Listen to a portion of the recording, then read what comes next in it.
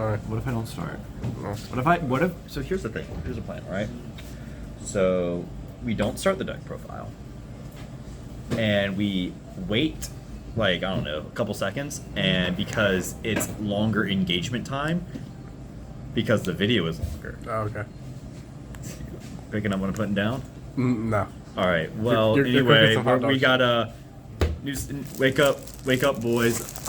New set dropped, and because I'm somewhat good at card games, we went undefeated because I'm a meta whore. Because this is the one good deck, the one deck I wanted to play out of this set just so happened to be the best one because it involves my favorite scene. So let's start here. We got 4 of one of the cards that we need. Unexpected Outcome, Ainsama, 500 level 0. It has 2 effects. Start of your opponent's attack phase, you can pay 1, clock yourself, bounce this and another character on your field to your hand. So that's very similar to the Bell level 0 from Danmachi. And it also has a second effect like the level 0 Bell from Danmachi, where you can pay a cost, and for this case, pay 1, sack itself, and discard a card to summon the 3/2 Eins from your hand, which we will get to later because that whole 3/2 Eins has an entire package revolving around it, and it's really cool. Coming up next, we have 4 Dark Elf Beast Tamer Aura. Aura. I think that's how you say the name. On play, give up something 15, and then on death, discard a card, top check up to 4 to grab a level 1 or higher card.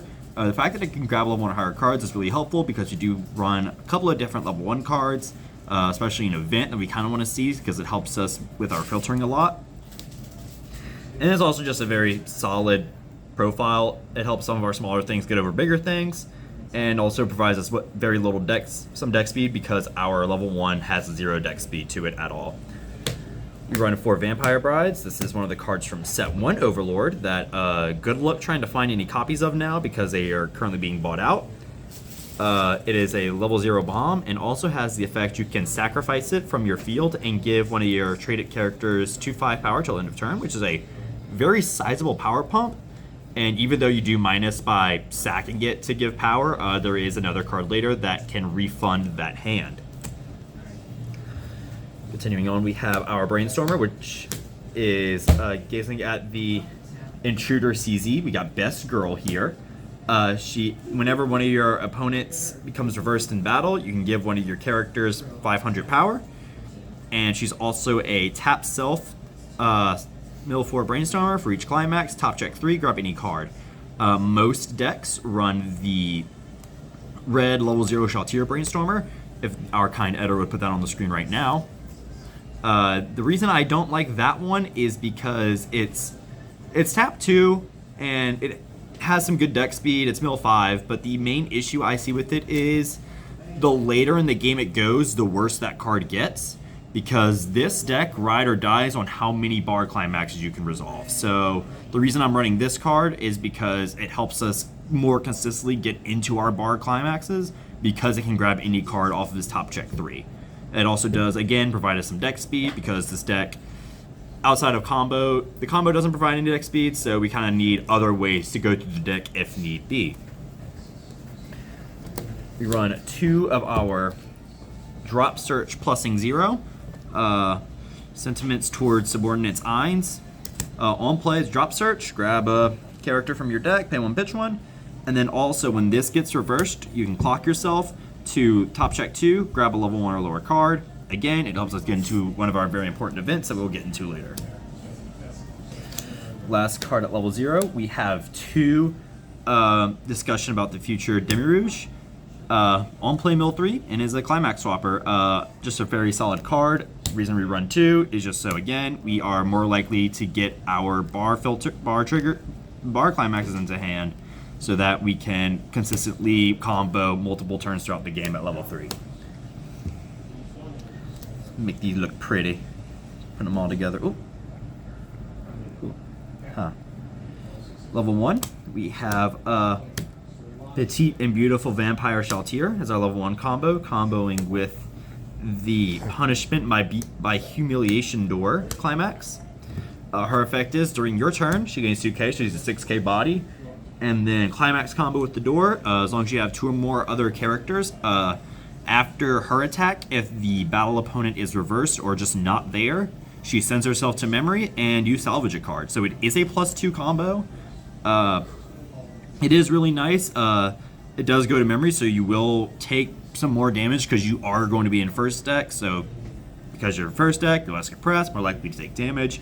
But we do kind of want that, and we'll get into that later during the overview of the whole deck.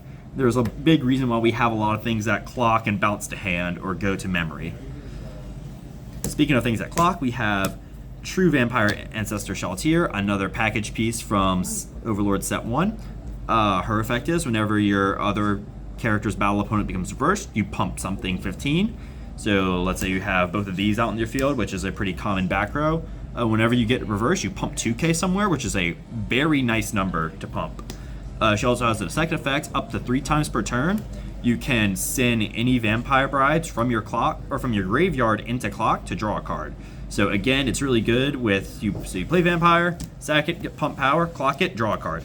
So it's a really nice little combo piece. And again, hurting ourselves gets us to our end game, which we want to do, which we'll talk about again later on the set review or deck profile.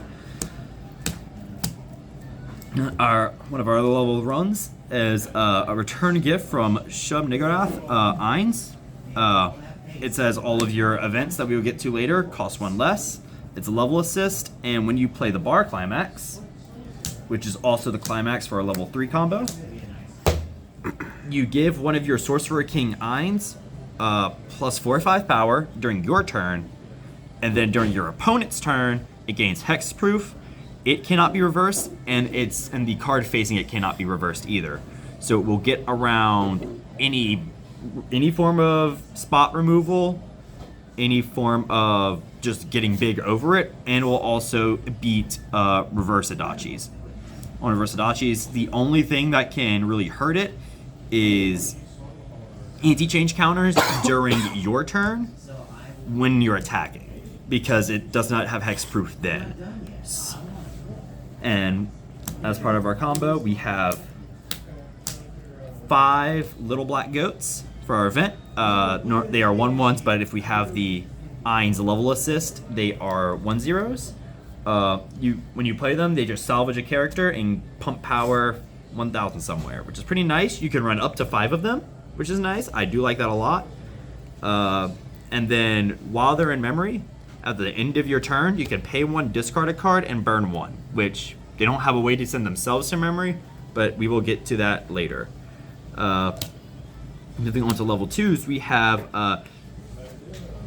Deputy Leader of the Pleiades. I don't remember how to pronounce it. Yuri. Her effect is on play. You have 4 more other characters, she gains 6k power, she's a 10k. On play from hand to stage, you have 2 more other characters, draw 2, pitch 2. And then on play, if you have 4 or more characters, you can put a character from grave into stock. So she's essentially just like a free filter, which is something that we need a lot of, so we can, again, more consistently get into our bar triggers. Our last level 2 is a fun card. This is the tap counter promo from set 1 and set 2. The only way to get this card is to crack boxes, and I cracked 7 boxes, and I pulled 0 of them, and I am very upset. I will order this later, but I just wanted to play the deck for tonight. It is a 2/1 tap counter. When you use the effect, pay 4, discard a Grotesque Race or Nazareth character to tap an opponent, and give +2/5. Moving on to level 3, so we have the big bone daddy of them all, Sorcerer King's Eins. It's a 9/5. His only effect is the climax combo. So what you have, when you place La Shub Niggurath in your combo climax area, you automatically heal, and you can do one of 3 effects. You can burn your opponent for 1 damage, and he will gain 2k power. You can send any number of markers from your grave underneath the Sorcerer King Eins, or you can put any number of markers from your Eins into memory and blow up that many cards on your opponent's field. So ideally, you'll be at level 2 to summon with the level 0 Einz. Have 5 little black goats engrave. Combo, heal 1, put them all under Einz, have it survive cross turn, and then the next turn you play another bar, send these all to memory, blow up the board, and then throughout the rest of the game you just start burning your opponent for 1. Our last card of the deck is Timid Floor Garden Mare. On play, you can either heal or you can choose. Your opponent chooses a climax in the waiting room and return all cards like that one, so it's a Fumio. We don't care about the climax combo. It's irrelevant in this deck. We just are here for the on-play Fumio. So yeah, this deck is really cool. The way you kind of want to play the deck is you want to hurt yourself a lot, so you make sure you get to level 2 first, and make sure you have all your pieces in hand, your Einz, your 2 Einz, 3 Einz.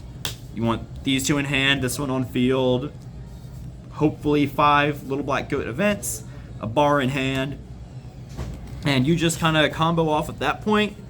And then you want to just, after your first combo turn, you want to essentially just keep slamming bars for the rest of the game to try and recur more value with the Einz, and try to essentially outvalue your opponent and kill them through burn ones. So yeah, that's pretty much the deck. It is a meta deck, which kind of makes me upset because I really wanted to build this deck ever since spoiler season, but I mean, at least I can win with the deck because that means it's good if it's the best deck in the set. So yeah,